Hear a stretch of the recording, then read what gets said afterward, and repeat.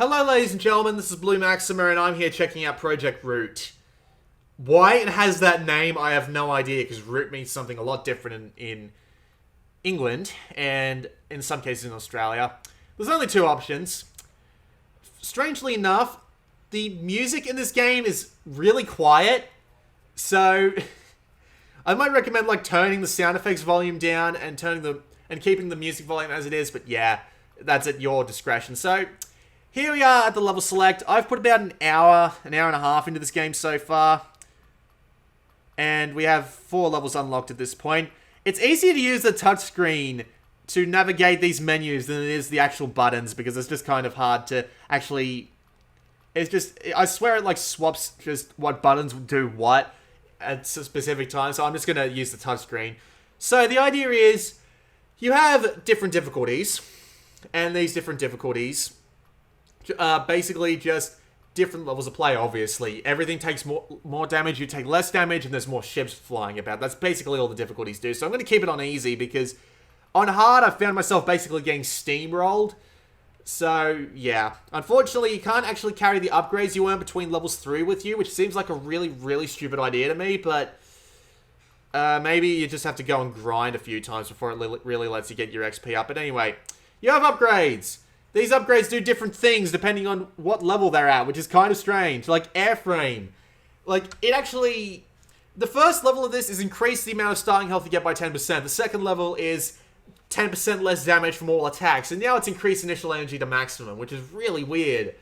And you've also got increased the capacity of electromagnetic pulse to 4 shots, which is a bit strange. But you earn an XP point every level you go up. And you can spend it on whatever the bloody hell you feel like. So I've just spent a few of my XP points here, and I've bought a few things, and you just level up your stuff as you go along. It's not that big of a deal. So we're going to go into level, what is this, 4? Yeah, 4 if you're not counting the training level. So we'll play Blackout. And there's this whole story about, this is going to sound a little bit strange, but basically this guy is really upset that this big multinational company bought out the land from under him and destroyed his house. I know it's a bit strange, but I know they bought the land. Obviously, he's supposed to be siding with this guy, but it's just a little bit hard. But yeah. The story itself isn't really that great. Nothing that interesting has happened. We had an informant in 2 missions ago, and then he got killed, and then the last mission that we played, we were revenging his death. I don't even know. And the grammar and spelling itself isn't really that fantastic. Most of the time it's okay. This art is ridiculous, by the way. This is not a woman. This is just strange. But yeah. Anyway, I'm just going to show you the ultimate example of how they screwed up the spelling. This is the sort of spelling you get when you have a stroke at your keyboard and nobody notices. I don't even know. But anyway, we're going to go on to the actual level now. So here we go. First thing you might notice, game's actually relatively pretty. Unfortunately, it runs at a fairly low frame rate, so it might actually be easy to get some sort of motion sickness from it. So here are the controls. You move with the left analog stick. You fire your main weapon with the R button. That takes out aerial attacks. And aerial enemies, I should say. Fire your ground weapon with the L button. This takes out ground enemies. There is no penalty to firing your ground weapons or your air weapons forever, so you literally have 0 reason not to wander around holding L and R and just going to town on pretty much anyone. I've never really liked this sort of approach in a shooter game, because really, if you're going to make me hold these buttons, just make it so that I don't even have to hold these buttons. Either that, or make the weapons have some sort of charging system. That was always the way to keep people from just spamming attacks and just going forward in the old shooter levels. Really, just make it so that you can get a special charge attack for not firing constantly. That's really the only effective way you can do it. Great, a power supply. We have to go destroy that. The story actually goes on down the bottom right there, but you have absolutely no time to look at it. 0 time. Because you always have something trying to kill you, which is To be fair, a point in the game's favour. But that means you can't actually read the story that he made, so, you know, not fantastic. But yeah, no reason to wander around not holding these buttons down. But yeah, the game has a bunch of objectives laid out for you in a row for the main missions, and there are also a bunch of sub-objectives that you'll find as you're wandering around, and the game will tell you to go do them as well. And the only real reason you'll do them is points. More points you have, the more points you have, the more XP points you'll get. The more XP points you'll get, the better your ship gets. But unfortunately, you can't carry it through difficulty levels, so there's no real point grinding. Just make do with what you can actually get done, right? There are buildings and stuff to destroy for extra points, and obviously some things will be mission objectives for you to destroy. And you also have sub-weapons. Like, that one I just fired there was a big missile storm sort of thing. Locks onto a bunch of things and kills them all. There are also a bunch of other pickups you can get off the bodies of dead enemies, like health and shields and other different types of weapons. Like, my current sub-weapon now is a laser cannon. But yeah, there is a problem with this game in that the majority of the combat eventually just devolves into strafing in a particular direction and firing. That is basically all combat in this game is, because you're really not disencouraged from doing it, because as you can see, most of the attacks from an enemy can often just come in a... God damn, I got stuck on the thing. Most of the attacks from an enemy just are so slow, it is simply just dodge out of the way. There are homing missile attacks and stuff like that, but it really just revolves down to get out of the way. And the other problem with this is that you, as you might have seen if you were paying really close attention, I don't blame you if you weren't, but if you were paying really close attention, you might have noticed that I've gotten hit by attacks from behind that I couldn't see coming. And you might be wondering, well, how the hell am I supposed to avoid that? Good fucking question. I don't know either. That is one of the most frustrating things about this game. It is quite literally just, there is an attack coming from behind you. Do you wish to avoid it? Well, be out of the goddamn way, or tough shit, son. That is just frustrating as all hell. I just died there on purpose. I just looked away. That is the most frustrating thing about this game. You will literally get hit by attacks you can't see coming. Which is just infuriating. Absolutely infuriating. Being hit by an attack that I can't see is a big no-no in a shooter game. Imagine if a bullet hell game like Crimson Clover did that. Imagine that. It would be like... Getting killed out of nowhere in a game like Crimson Clover would be absolutely infuriating. And this game doing it just because you have a health bar that doesn't die after one shot doesn't excuse this game from doing it. So we have a mini-boss here. A bunch of stages have some bosses in them. Like, there's a big submarine in the third mission, which takes a bunch of tries to get destroyed. Oh my god. How did I sit right in the middle of those?